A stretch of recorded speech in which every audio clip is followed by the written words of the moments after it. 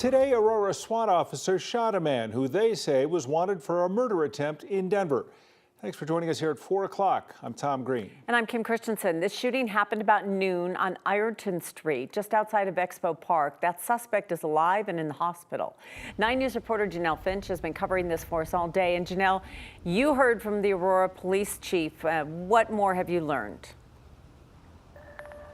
Right, I'm off of South Ironton Street where, as you said, police did confirm that an Aurora SWAT member did shoot a man here. As you can see, still an active scene, still police here, even hours after that shooting. Like you said, we do know that that suspect is in stable condition, but we still don't know why the SWAT member shot at all or how many shots were fired.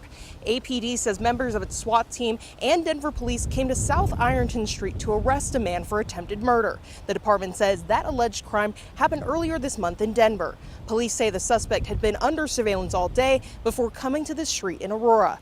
During the attempted arrest, law enforcement says a SWAT member fired their gun at the man. The department couldn't tell us if the suspect was armed.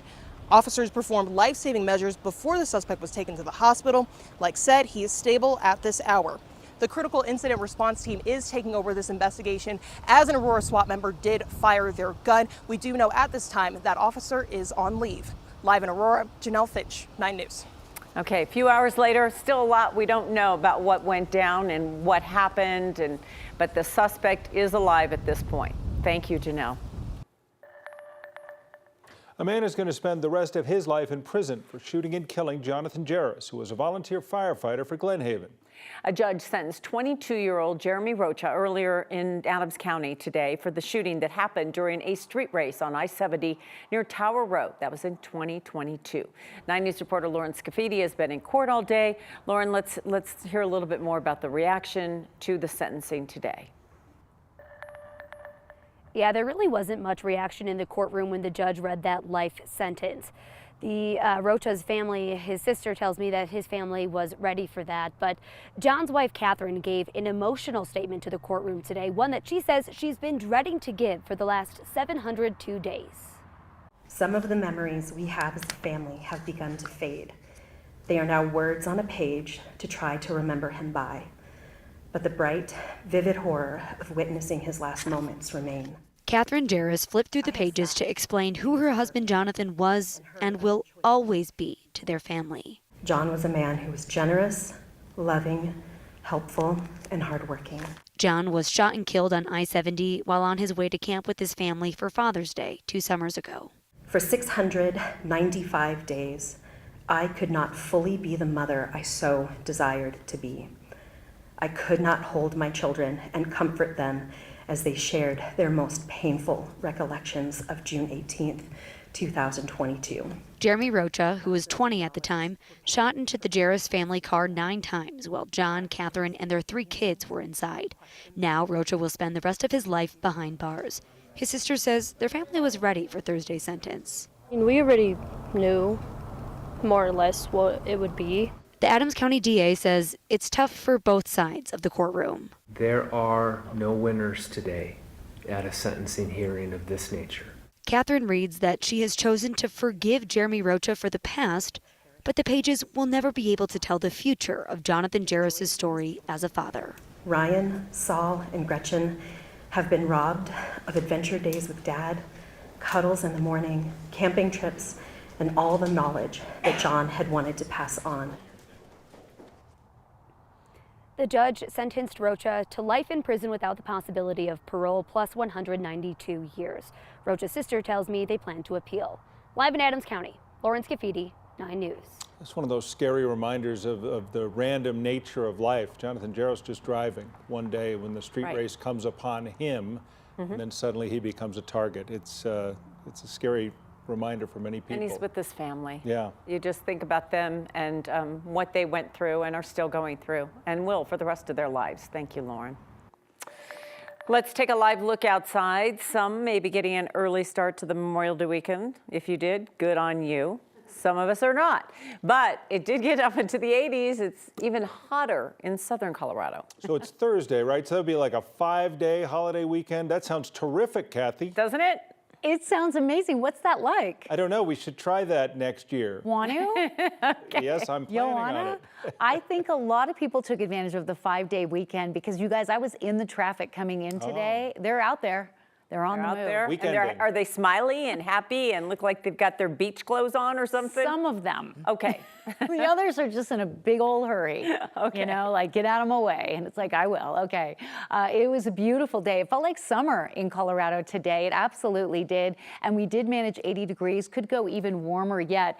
80 today. We have a slight cool down, but a mild day Friday. Took the thunderstorms out for tomorrow. But there are some thunderstorms in your holiday weekend forecast. We're going to need to talk about that. But the evening drive now underway with partly sunny skies and mild temperatures. Nice drive into the mountains. Still plenty of snow to play in there. And Kim was talking about some areas being warmer. Oh, look at this. 91 in Lamar. That's crazy early for this time of year to be in the 79 currently at DIA, 69 in Greeley. There is a weak front that's coming, and it's starting to move into northern Colorado. So we've seen these numbers coming down a bit and the winds ramping up as well. You can tell the front is moving into northern Colorado because look at the winds, 30 miles per hour to the north of the metro area. We may be seeing a little bit of that wind here and concerns for high fire danger, the warmth, the wind, the lack of moisture. So these areas of prime concern, Walsenburg, Trinidad, Burlington through about 9 o'clock tonight. This is the system, an upper level low north of us, but it's bringing that cool front in. And I say cool front because it's more of a wind shift than anything else, but it will bring temperatures down 10 degrees tomorrow.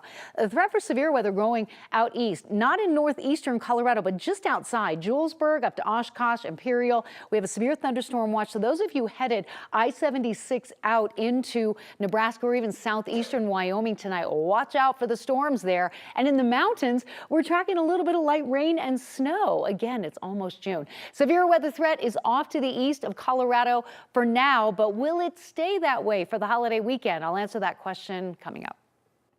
Thanks, Kathy. A new lawsuit could change how concert tickets are sold and reshape the live entertainment industry. The Department of Justice is joining Colorado's Democratic Attorney General Phil Weiser and other AGs in an antitrust suit against Live Nation and Ticketmaster. The government now saying the ticket seller is a monopoly. That's part of what causes the high ticket prices.